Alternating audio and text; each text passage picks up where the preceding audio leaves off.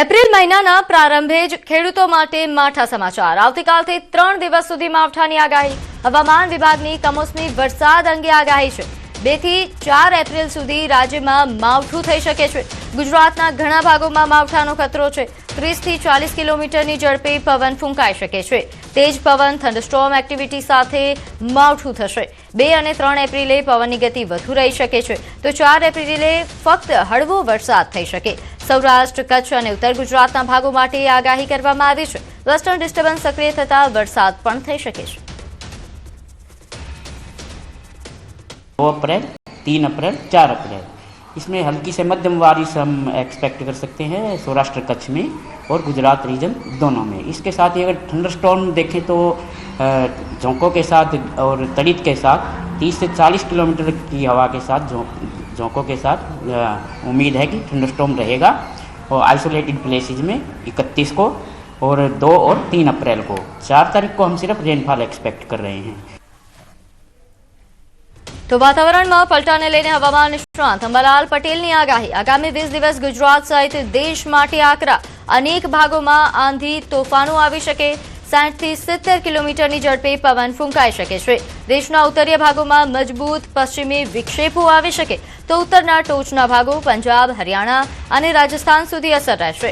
ઉત્તર ગુજરાતના ભાગોમાં મજબૂત સિસ્ટમ આવશે। કાચા મકાનના છાપરા ઉડી જાય તેવા પ્રકારે પવનની ગતિ રહેશે। બનાસકાંઠા, સાબરકાંઠા, અરવલ્લી, પંચમહાલ સહિતના ભાગોમાં કમોસમી વરસાદની આગાહી, તો મધ્ય ગુજરાતના ભાગોમાં પણ પશ્ચિમી વિક્ષેપની અસર રહેશે। આગામી 20 દિવસ દેશ સહિત ગુજરાત માટે આકરા છે। લગભગ દેશના ઘણા ભાગોમાં તો વીજ પ્રભાત અને પવનનો તોફાનો 60 થી 70 કિલોમીટરની ગતિના ભૂભાગો પર થવાની શક્યતા રહેશે। જ્યારે આ મજબૂત પશ્ચિમ વિક્ષોભ દેશના ઉત્તરીય પર્વતીય પ્રદેશોમાં પણ આવવાની શક્યતા રહેશે, જેના કારણે ઉત્તર ભારતના હિમાલયના ટોચના ભાગો, પંજાબ, હરિયાણા, રાજસ્થાન, દિલ્હી કે રાજસ્થાનના ભાગો સુધીમાં તેની અસર થવાની શક્યતા રહેશે। ગુજરાતમાં જોવા જઈએ તો ઉત્તર ગુજરાતના ભાગોમાં સખ્ત પવનના તોફાનો સાથે આ સિસ્ટમ મજબૂત સિસ્ટમ આવી રહી છે। લગભગ કેટલાક રાજસ્થાનના કેટલાક સૌરાષ્ટ્રના ભાગોમાં તો 60 થી 70 કિલોમીટર પવન ફૂંકાઈ શકે છે અને નીચેના ભાગમાં 50 થી 60 કિલોમીટરનો પવન ફૂંકાઈ શકે છે। કાચા મકાનના છાપરા ઉડાડી દે તેવી આ પવનની ગતિ હશે। બનાસકાંઠા, સાબરકાંઠા, અરવલ્લી, પંચમહાલ આ ભાગોમાં પણ કમોસમી વરસાદ થવાની શક્યતા રહેશે, જેની અસર છેક મધ્ય ગુજરાતના ભાગોમાં થવાની શક્યતા રહેશે। તો ઉત્તર ભારતમાં સિસ્ટમ સક્રિય થશે। 3 એપ્રિલ સુધીમાં સિસ્ટમ વધુ મજબૂત બનશે। 5 એપ્રિલની આસપાસ પશ્ચિમ વિક્ષેપ આવશે, તો પશ્ચિમ વિક્ષેપના કારણે પવનની ગતિ વધારે રહેશે।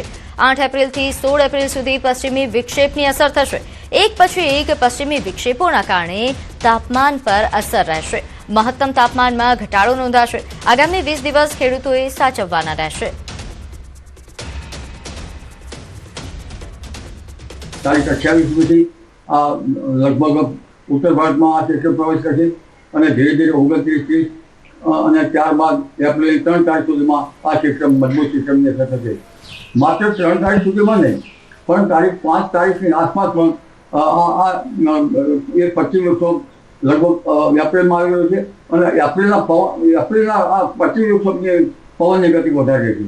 તારીખ 8 થી 16માં પણ પશ્ચિમ વિક્ષોભની અસર થશે, એટલે એક પછી એક પશ્ચિમ વિક્ષોભ એપ્રિલ માસમાં આવતા મહત્તમ તાપમાન અને લઘુત્તમ તાપમાનમાં પણ કંઈક અસર થશે, ઘટાડો થવાની શક્યતા રહેશે। એટલે આ આગામી 20 દિવસ લગભગ ખેડૂત ભાઈઓએ સાચવવા જેવા રહેશે। તેજી સાથે ખુલ્યું ભારતીય શેર માર્કેટ। સેન્સેક્સમાં 1800 થી વધુ પોઈન્ટનો ઉછાળો, તો નિફ્ટીમાં પણ 500 થી વધુ પોઈન્ટનો ઉછાળો નોંધાયો છે। નોંધે છે કે છેલ્લા ઘણા સમયથી શેર માર્કેટ કે જેમાં ઘટાડો નોંધાઈ રહ્યો હતો, ત્યારે ફરી એકવાર હવે શેર માર્કેટમાં ઉછાળો, તેજી જોવા મળી રહી છે। નિફ્ટી કે જે 500 થી પણ વધુ પોઈન્ટનો ઉછાળો નિફ્ટીમાં નોંધાઈ ચૂક્યો છે। આ ઉપરાંત સેન્સેક્સમાં પણ 1800 થી વધુ પોઈન્ટનો ઉછાળો નોંધાયો છે। આ ઉપરાંત અન્ય ઇન્ડેક્સમાં પણ આ પ્રકારે વધારો નોંધાયો। તો હવે વાત કરીએ પાણીની પારાયણની।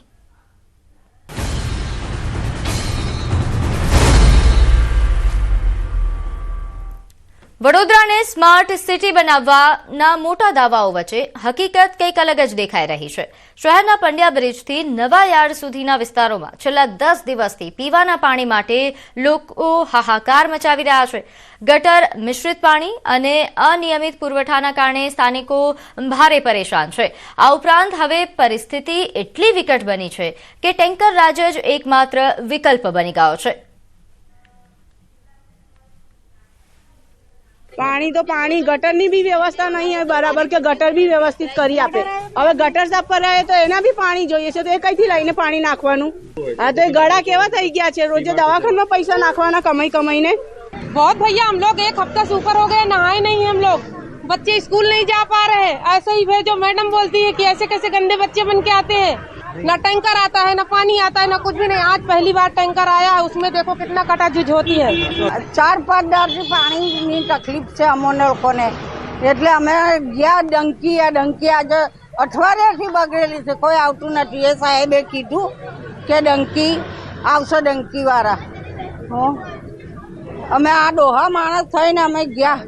1 મહિનાથી સમસ્યા ચાલે છે, કોઈ જોવા આવતું નથી। કોર્પોરેશન વાળા બી આવીને જોઈ જાય છે પણ કોઈ આવતું નથી। એમના છૂટકી આવે ત્યારે કદા બધા ઘરે જોવા મળે છે અમને, હવે કેમ નહીં આવતા એ લોકો જોવા માટે? કેમ એમના અધિકાર નથી જોવાના?